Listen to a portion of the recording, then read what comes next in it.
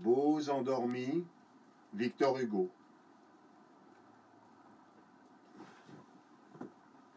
Beaux était couché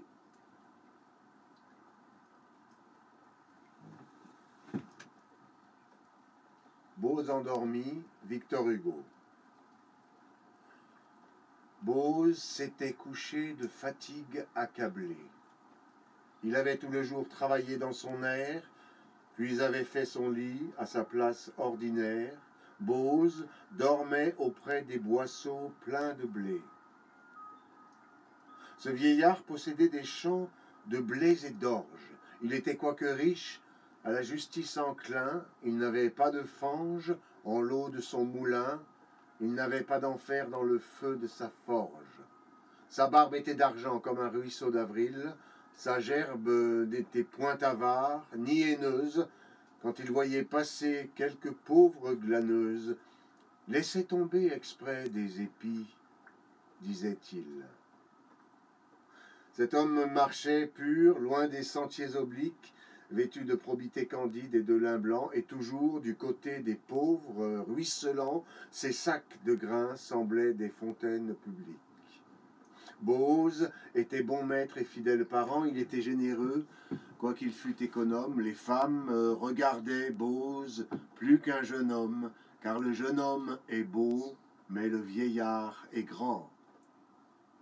Le vieillard, qui revient vers la source première, entre aux jours éternels, et sort des jours changeants, et l'on voit de la flamme aux yeux des jeunes gens, mais dans l'œil du vieillard on voit de la lumière. Donc, Bose, dans la nuit, dormait parmi les siens, près des meules qu'on eût prises pour des décombres. Les moissonneurs couchés faisaient des groupes sombres, et ceci se passait dans des temps très anciens. Les tribus d'Israël avaient pour chef un juge. La terre où l'homme errait sous la tente, inquiet des empreintes de pieds de géants qu'il voyait, était mouillée encore et molle du déluge. Comme dormait Jacob, comme dormait Judith, Bose, les yeux fermés, gisait sous la feuillée. Or, la porte du ciel s'étant entrebâillée, au-dessus de sa tête, un songe en descendit. Et ce songe était tel que Bose vit un chêne qui, sorti de son ventre, allait jusqu'au ciel bleu. Une race y montait comme une longue chaîne. Un roi chantait en bas. En haut mourait un dieu. Et Bose murmurait avec la voix de l'âme: comment se pourrait-il que de moi ceci vint? Le chiffre de mes ans a passé 80, et je n'ai pas de fils, et je n'ai plus de femme. Voilà déjà longtemps que celle avec qui j'ai dormi, ô Seigneur, a quitté ma couche pour la vôtre, et nous sommes encore tout mêlés l'un et l'autre, elle à demi vivante et moi mort à demi. Une race naîtrait de moi, comment le croire? Comment se pourrait-il que j'eusse des enfants? Quand on est jeune, on a des matins triomphants. Le jour sort de la nuit comme d'une victoire, mais vieux, on tremble ainsi qu'à l'hiver le bouleau. Je suis veuf, je suis seul, et sur moi le soir tombe, et je courbe, ô mon Dieu, mon âme vers la tombe, comme un bœuf ayant soif penche son front vers l'eau.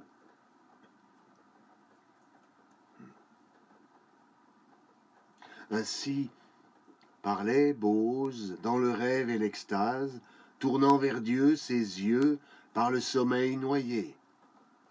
Le cèdre ne sent pas une rose à sa base, et Bose ne sentait pas une femme à ses pieds.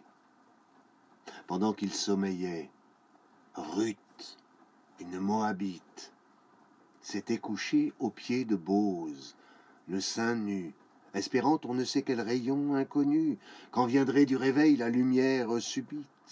Boaz ne savait point qu'une femme était là, et Ruth ne savait point ce que Dieu voulait d'elle. Un frais parfum sortait des touffes d'asphodèle. Les souffles de la nuit flottaient sur Galgala. L'ombre était nuptiale, auguste et solennelle. Les anges y volaient sans doute obscurément, car on voyait passer dans la nuit, par moments, quelque chose de bleu qui paraissait une aile. La respiration de Boaz qui dormait se mêlait au bruit sourd des ruisseaux sur la mousse.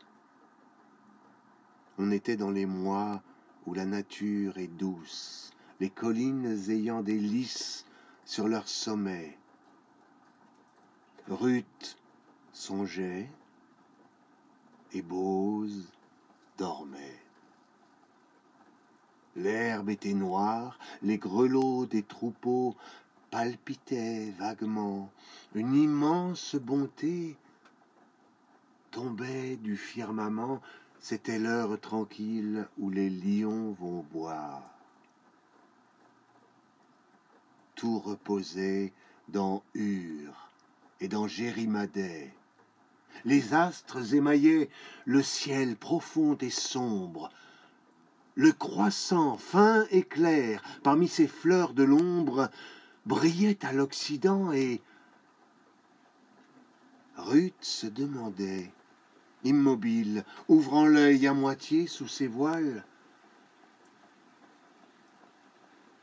quel Dieu, quel moissonneur de l'éternel été avait en s'en allant négligemment jeté cette faucille d'or